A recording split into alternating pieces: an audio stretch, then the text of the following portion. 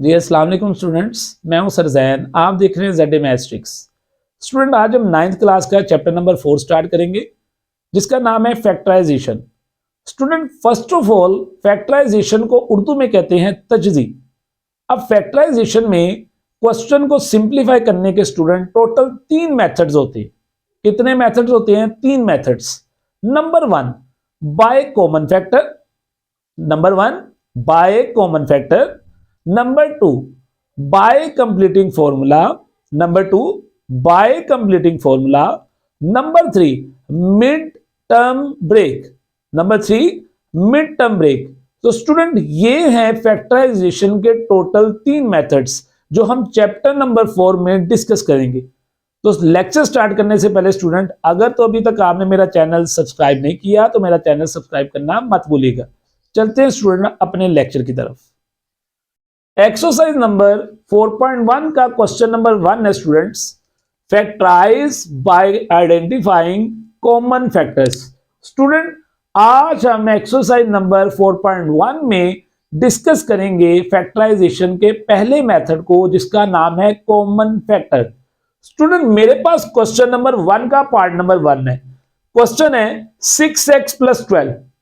Student, इन दोनों terms में आप गौर करें, कौन सा नंबर है जो इन दोनों टर्म्स में से कॉमन निकल सकता है। तो अगर आप गौर करें, 6 के टेबल में 6 भी आता है, 12 भी आता है। सो स्टूडेंट, मैंने इन दोनों टर्म्स में से 6 को कॉमन निकाल लिया।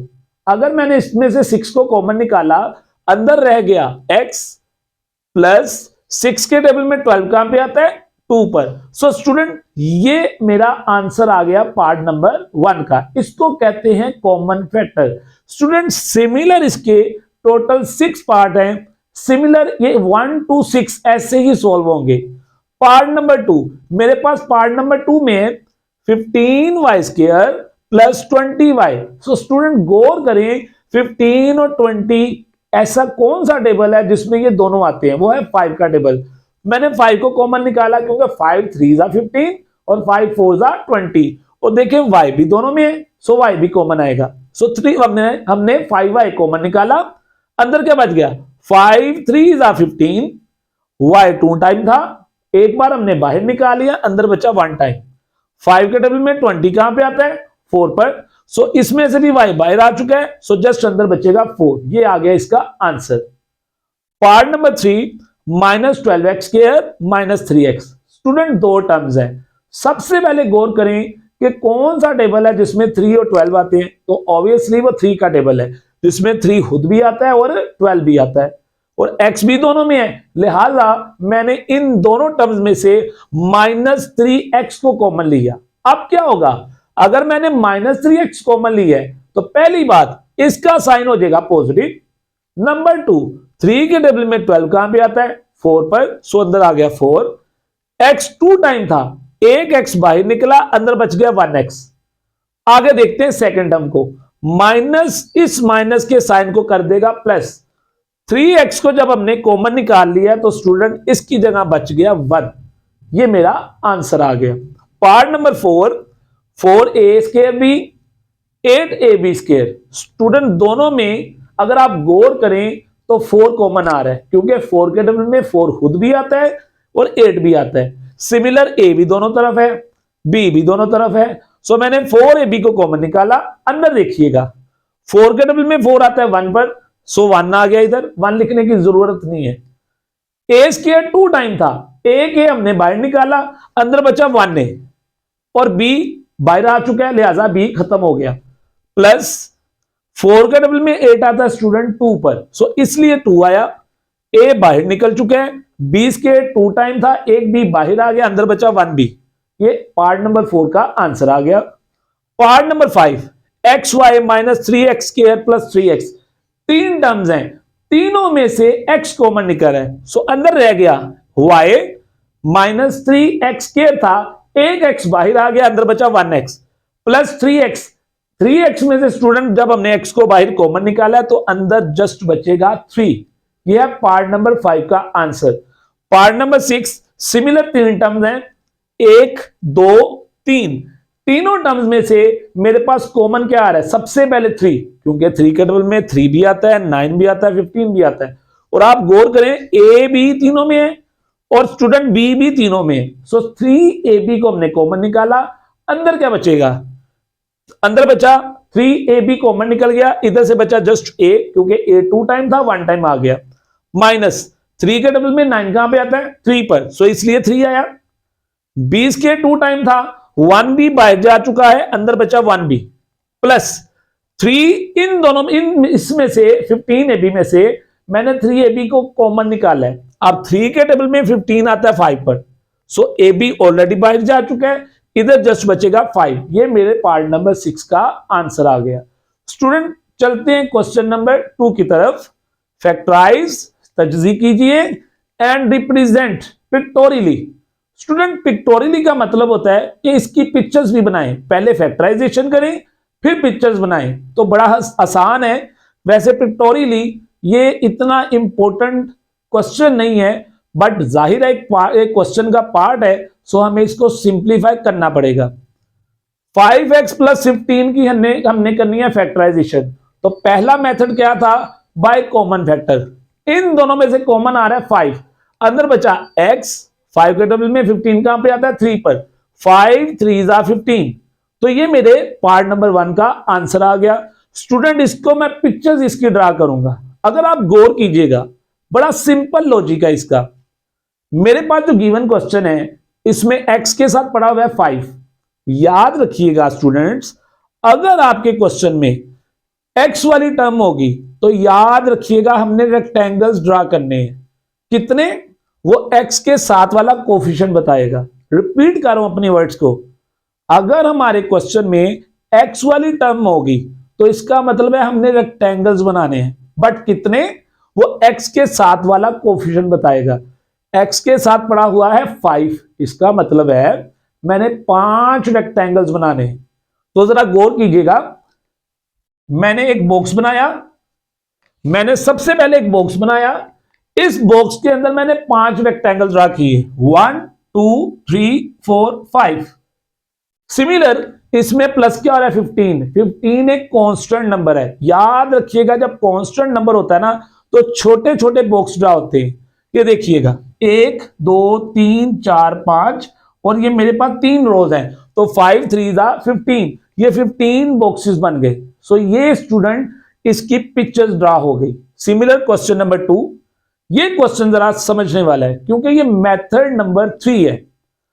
अब याद रखिएगा हमें कैसे पता चलेगा कि इसके ऊपर मिड टर्म ब्रेक लगता है। स्टूडेंट याद रखिएगा जब भी आपने क्वेश्चन की फैक्टराइजेशन करनी हो और क्वेश्चन की सेंस कुछ इस तरह से हो, पहले एक्स स्क्वायर वाली टर्म, देन एक्स वाली टर्म, देन कांस्टेंट टर्म, तो याद रखिएगा ऐसे क्वेश्चन के ऊपर हमेशा मिड टर्म ब्रेक ज्यादा लगता है और इसके ऊपर कंप्लीटिंग फॉर्मूला भी लग जाता है। लेकिन कंप्लीटिंग फॉर्मूला हमेशा देखते हैं कि अगर लास्ट वाली वैल्यू किसी नंबर का स्क्वायर बनता है तो फॉर्मूला लगेगा, अदरवाइज नहीं लगेगा। आप गौर करें 3 किसी का स्क्वायर नहीं होता, सो इसके ऊपर कंप्लीटिंग फॉर्मूला नहीं लग सकता। हम क्या करेंगे, हम इसके ऊपर लगाएंगे मिड टर्म। अब मिड टर्म ब्रेक याद रखिएगा तब लगेगा जब पहले एक्स स्क्वायर वाली टर्म होगी, देन एक्स वाली टर्म होगी, देन कांस्टेंट टर्म होगी। तो ये एक नुक्ता है कि जब भी ऐसी फॉर्म में आपको क्वेश्चन दिया जाएगा आप उसके ऊपर मिड टर्म ब्रेक लगाएंगे, क्योंकि इन तीनों में से तो कुछ कॉमन ही नहीं आ रहा। नंबर 2, लास्ट वाला नंबर किसी का स्क्वायर भी नहीं है, सो कंप्लीटिंग स्क्वायर से भी हम इसको सॉल्व नहीं कर सकते। तो पीछे जो थर्ड मेथड बचा है वो है बाय मिड टर्म ब्रेक। तो मिड टर्म ब्रेक में क्या करते हैं, बहुत आसान लॉजिक है। जिसको ये क्वेश्चन आ गया याद रखिएगा इसको, उसको क्वेश्चन नंबर 3 और क्वेश्चन नंबर 4.1 का वो भी इंशाल्लाह आ जाएगा। सो मिड टर्म ब्रेक करने का तरीका, स्टूडेंट हमेशा मिड टर्म ब्रेक में याद रखिएगा आपने फर्स्ट वैल्यू को लास्ट के साथ करना है मल्टीप्लाई।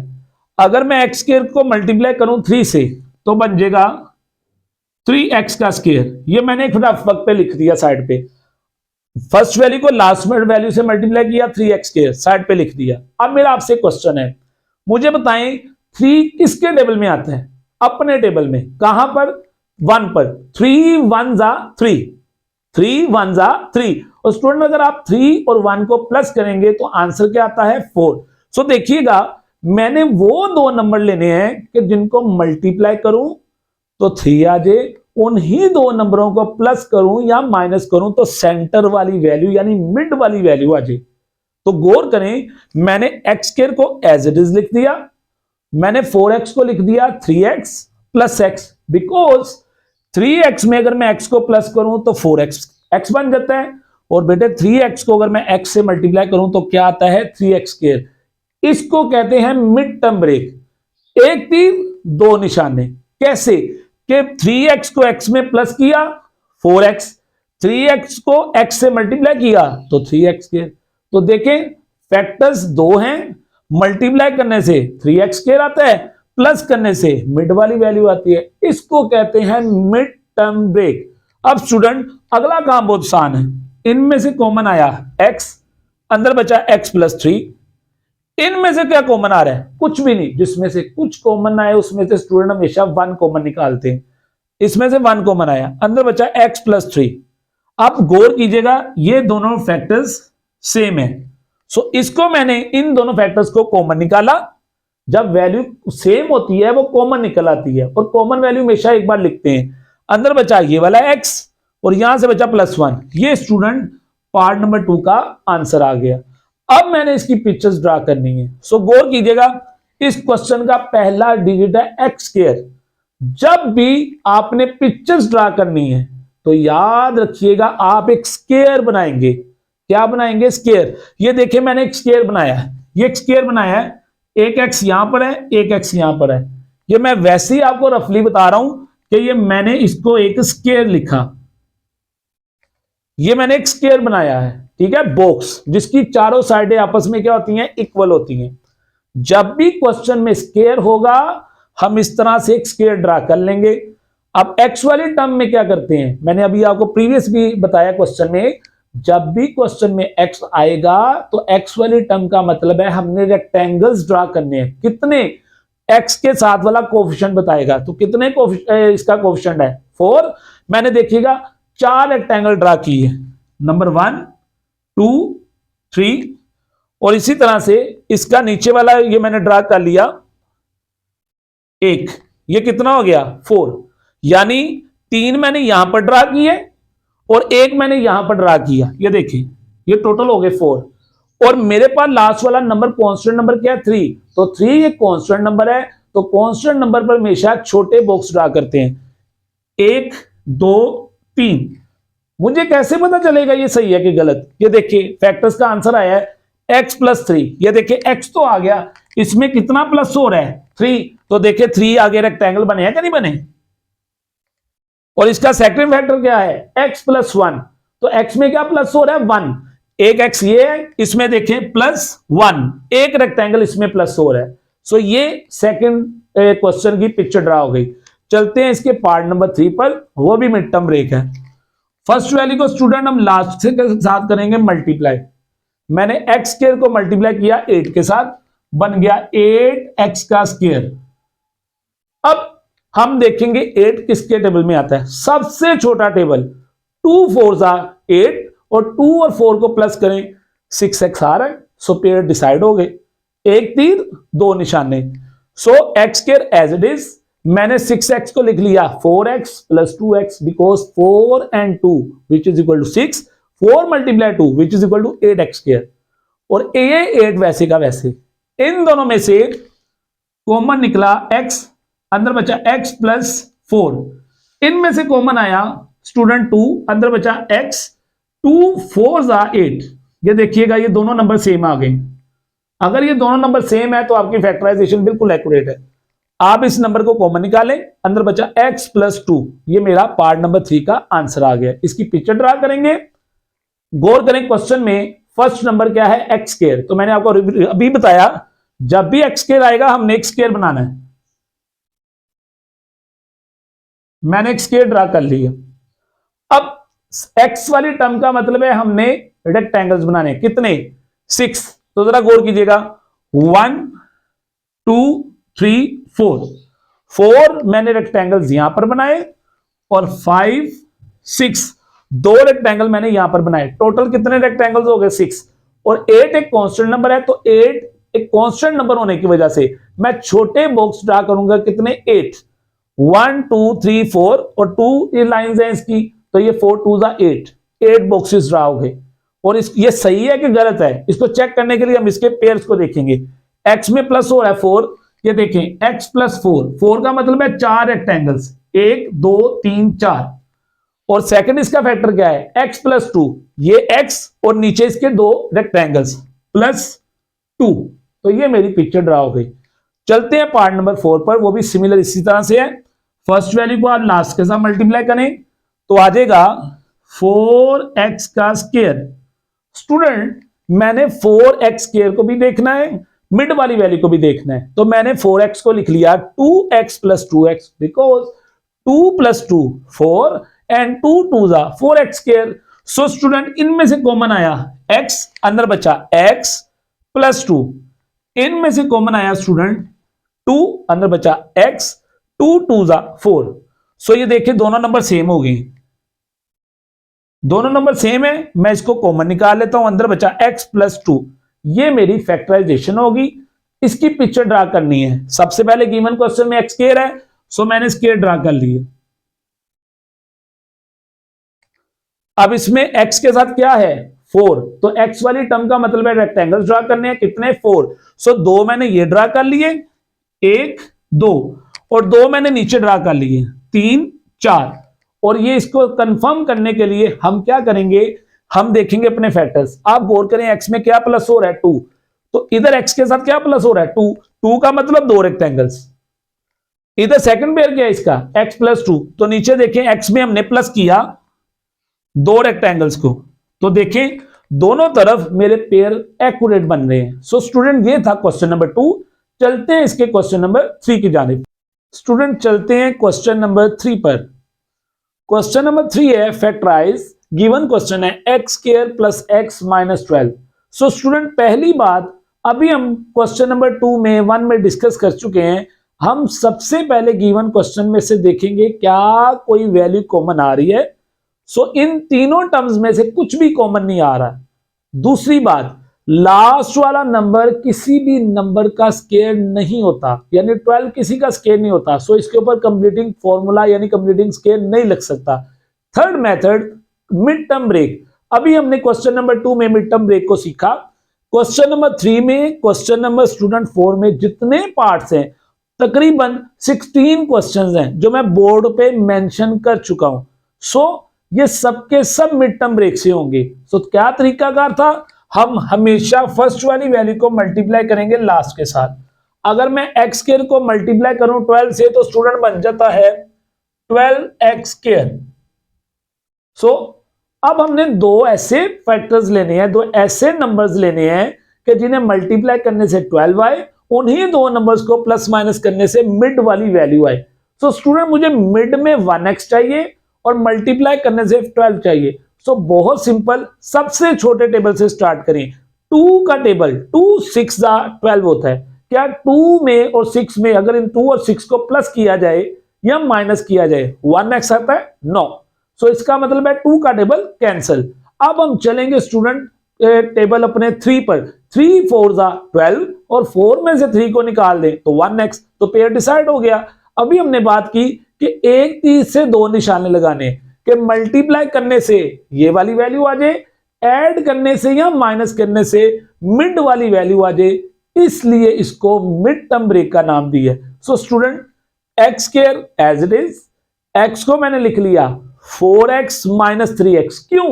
क्योंकि 4 में से 3 निकाले 1x और 4 3 12, और ये 12 वैसे का वैसे। आगे काम आसान है, इन दोनों में से x कॉमन आया, अंदर बचा x प्लस 4, इनमें से 3 कॉमन आया, अंदर बचा x माइनस माइनस प्लस 3 4 12। सो गौर करें स्टूडेंट, ये दोनों नंबर मेरे पास सेम है।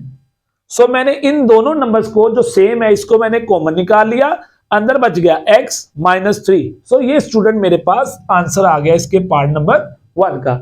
Similar part number 2, x square को मल्टीप्लाई करें 10 से तो बन जाता है 10x स्क्वायर, सेंटर में है 7x। सो 10 देखें 10 किसके टेबल में आता है, सबसे छोटा टेबल 2 का, 2 5 जा 10 और 2 और 5 को प्लस करें तो 7 आ रहा है। ये देखें, तो मैंने 7 को लिख लिया 5x प्लस 2x, 5x और 2x स्टूडेंट 7x, 5 2 जा ये 10, तो पेयर बन गए।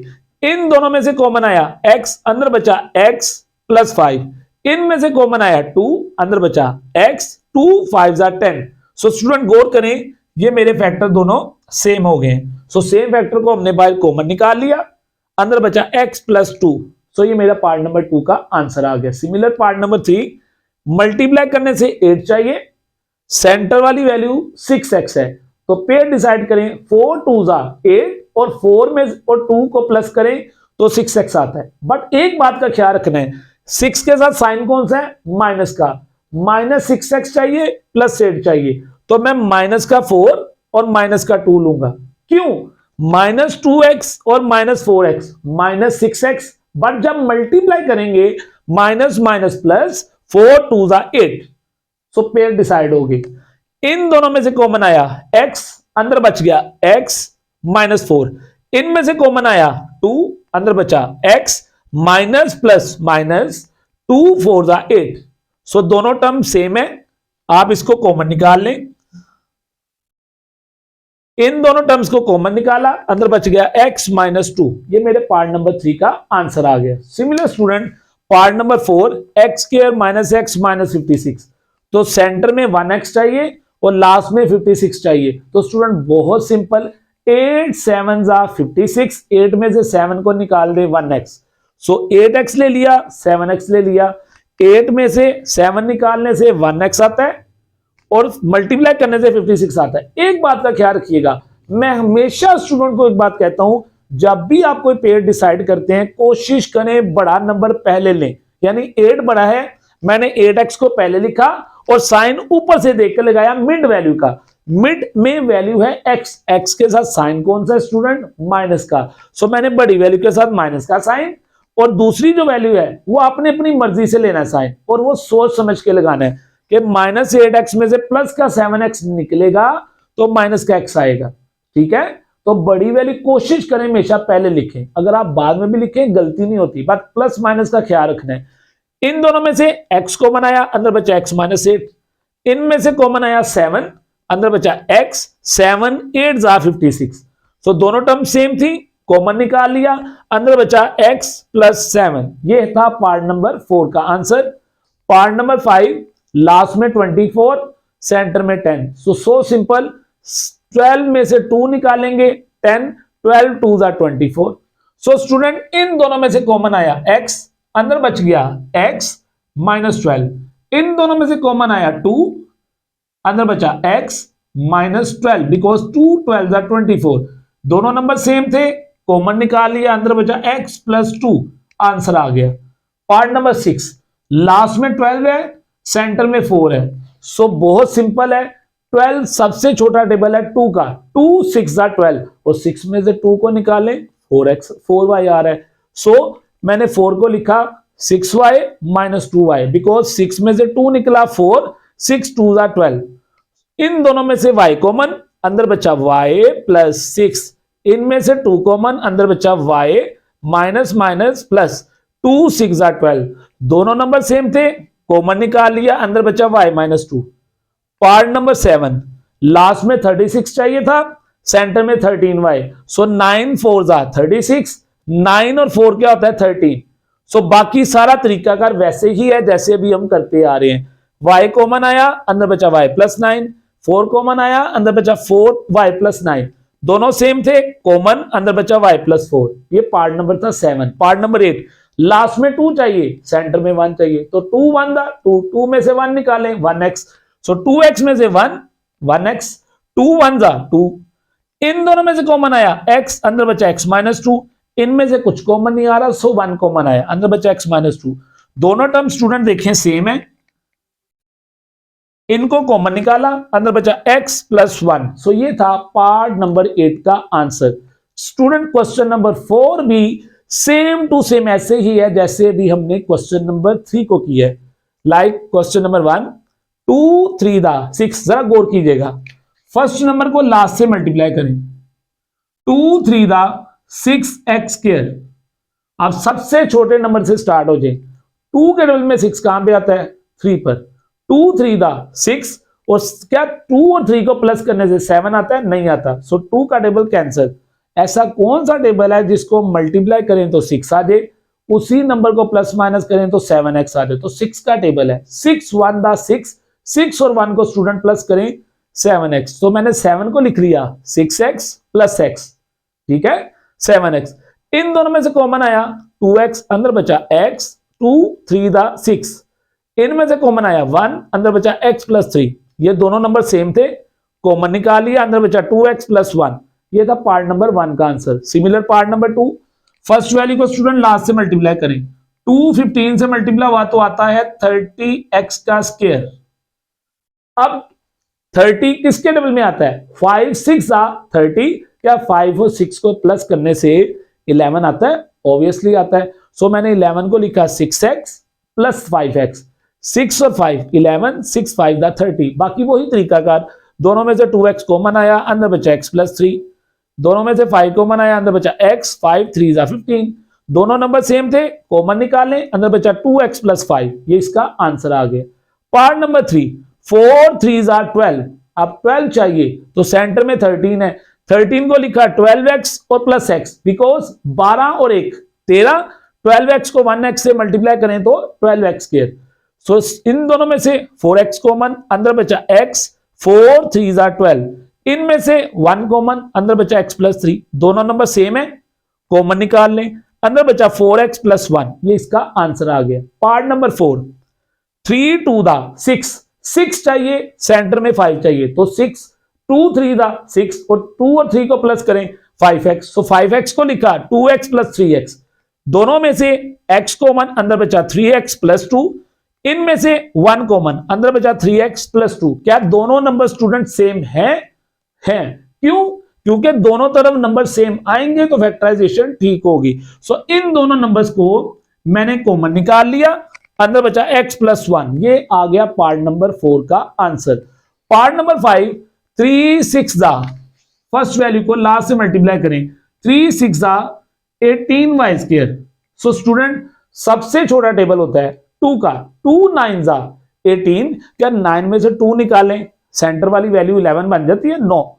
सो मेरे पास दो नंबर मुझे चाहिए कि 11y, दो नंबरों को प्लस करें 11 बन जाए, मल्टीप्लाई करें तो मेरे पास 18 बन जाए। सो देखिएगा 9 2 दा 18। अब देखिए पहले 2 9 दा भी 18 होता है, 9 2 दा भी 18 होता है। बट याद रखिएगा, मैंने आपको पहले भी बताया था, बड़ी वैल्यू हमेशा पहले लिखें। सो मैंने 9 को पहले लिखा और साइन ऊपर से देख के लगा दिया। बट दूसरी वैल्यू का साइन आपने सोच समझ के लगाना है। सो -9 और -2 -11, और दोनों को मल्टीप्लाई करें तो प्लस का 18 आता है। इन दोनों में से 3y कॉमन आया, अंदर बचा y -3 3 जा 9। इनमें से देखिए क्या कॉमन आया 2, अंदर बचा y माइनस प्लस माइनस 2 3 दा 6। ये देखिएगा स्टूडेंट, ये दोनों नंबर सेम आ गए। इन दोनों नंबरों को कॉमन निकाला, अंदर बचा 3y -2। सो ये मेरे पार्ट नंबर 5 का आंसर आ गया। पार्ट नंबर 6, मुझे 2y square minus 5y plus 2 दिया गया है। अगर मैं फर्स्ट वैल्यू को लास्ट से मल्टीप्लाई करूं तो बन जाता है 2 2 दा 4y का स्क्वायर। सो स्टूडेंट सेंटर में 5y है। अब 4 अपने टेबल पे आता है, 4 1 दा 4 और 4 और 1 को प्लस करें 5। अब 5y के साथ स्टूडेंट साइन क्या है? माइनस का। सो हम अभी प्रीवियस ये डिस्कस करके आए हैं कि जब हमारे पास ऐसा क्वेश्चन हो जिसमें माइनस का साइन हो, देखें इधर 6x के साथ माइनस का साइन था, हमने नंबर लिए -4x -2x which is equal to -6x।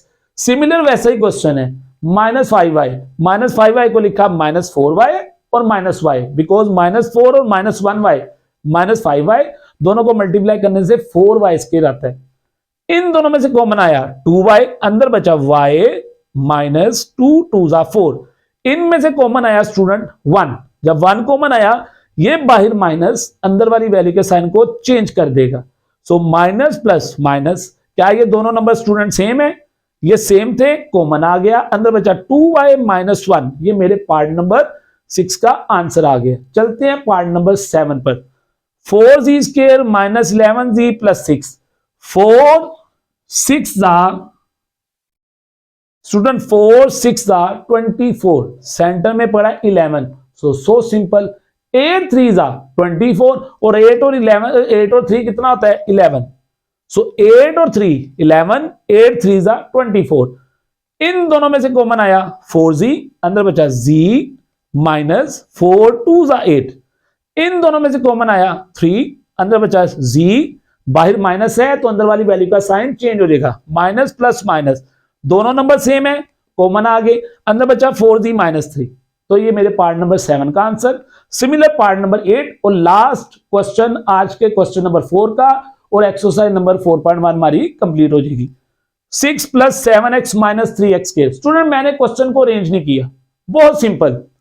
Centre में है 7x, ये देखिएगा अगर मैं फर्स्ट वैल्यू को लास्ट से मल्टीप्लाई करूं, 6 3 18 चाहिए माइनस का और सेंटर में 7x चाहिए, तो 9 2 18, 9 में से 2 निकालें 7। सो देखिएगा 6 वैसे का वैसे, मैंने लिखा 9x माइनस 2x, 9 में से 2 निकालें 7 आता है, 9 2 माइनस 18, ये 3 भी वैसे का वैसे। इन दो टर्म्स में से इन दोनों में से कॉमन आया 3, 3 कॉमन आया तो 3 2 6 होता है, 3 3 9 होता है। इन दोनों में से कॉमन आया मेरे पास माइनस एक्स, क्योंकि इन दोनों में से एक्स कॉमन आ रहा है, एक्स कॉमन आया, अंदर बचा 2 माइनस माइनस प्लस, क्योंकि बाहर वाला साइन अंदर वाली वैल्यू के साइन को चेंज कर देगा, 3x। ये दोनों नंबर स्टूडेंट सेम है, सो अंदर इन दोनों को हमने कॉमन निकाला, अंदर बच गया 3 माइनस एक्स। ये मेरा पार्ट नंबर 8 का आंसर आ गया। आप चाहें तो इसके आंसर को में 3x को पहले भी लिख सकते हैं, 2 को बाद में भी लिख सकते हैं, आपकी मर्जी, सो एज यू विश। सो ये था स्टूडेंट आज का लेक्चर जिसमें हमने 4.1 को डिस्कस किया, जो था फैक्टराइजेशन। कितने मेथड होते हैं इसके? 3 method. Number 1 common factor, number 2 completing square, number 3 mid term break. So आज का लेक्चर हुआ कंप्लीट। उम्मीद करता हूं स्टूडेंट आपको आज का लेक्चर पसंद आया होगा। अगर तो आपने मेरा चैनल अभी तक सब्सक्राइब नहीं किया तो मेरा चैनल सब्सक्राइब करना मत भूलिएगा। मिलते हैं इंशाल्लाह ताला नेक्स्ट लेक्चर में। Thank you so much. Allah Hafiz.